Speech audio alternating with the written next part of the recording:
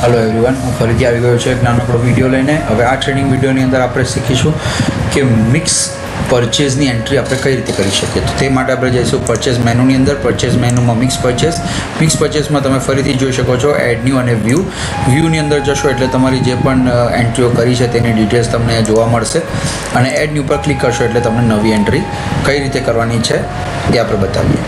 તો આજની date automatic system લઈ લેશે, પછી તમારા કન્ડિશન પ્રમાણે જે પણ તમે ડેટ દિવસની કન્ડિશન નક્કી કરી હોય તો તે પ્રમાણે ડ્યુ ડેટ પણ એડજસ્ટ થઈ જશે।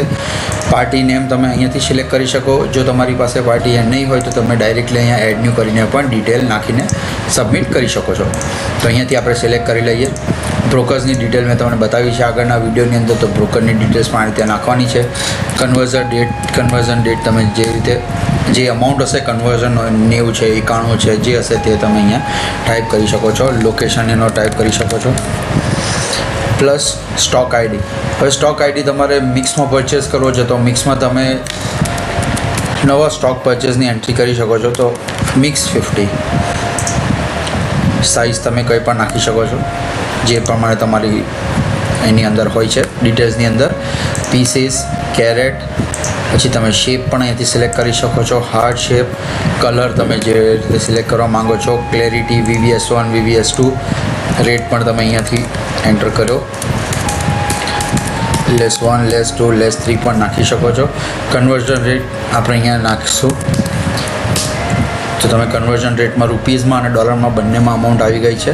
હવે એડ પર ક્લિક કરશો એટલે એ બધી ડિટેલ નીચે એડ થઈ ગઈ અને અહીંયા પણ બ્રોકરની ડિટેલ્સ અને બિલ નો બિલની સિસ્ટમ આપી છે। હવે બ્રોકરમાં હું અહીંયા 2% લખું એટલે ઓટોમેટિક એની અમાઉન્ટ આવી જશે અને બિલ નો બિલ મારે કયા ફોર્મેટમાં મને એની પરચેસની એન્ટ્રી મળી છે તો એ એન્ટ્રી પ્રમાણે બિલ હશે તો બિલમાં TDS આવી જશે, GST આવી જશે સોરી।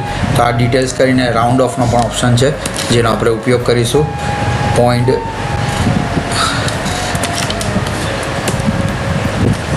જેમાં આપણે જઈશું -0.05 જોઈ શકો છો તમે રાઉન્ડ ઓફ ફિગર થઈ ગઈ છે।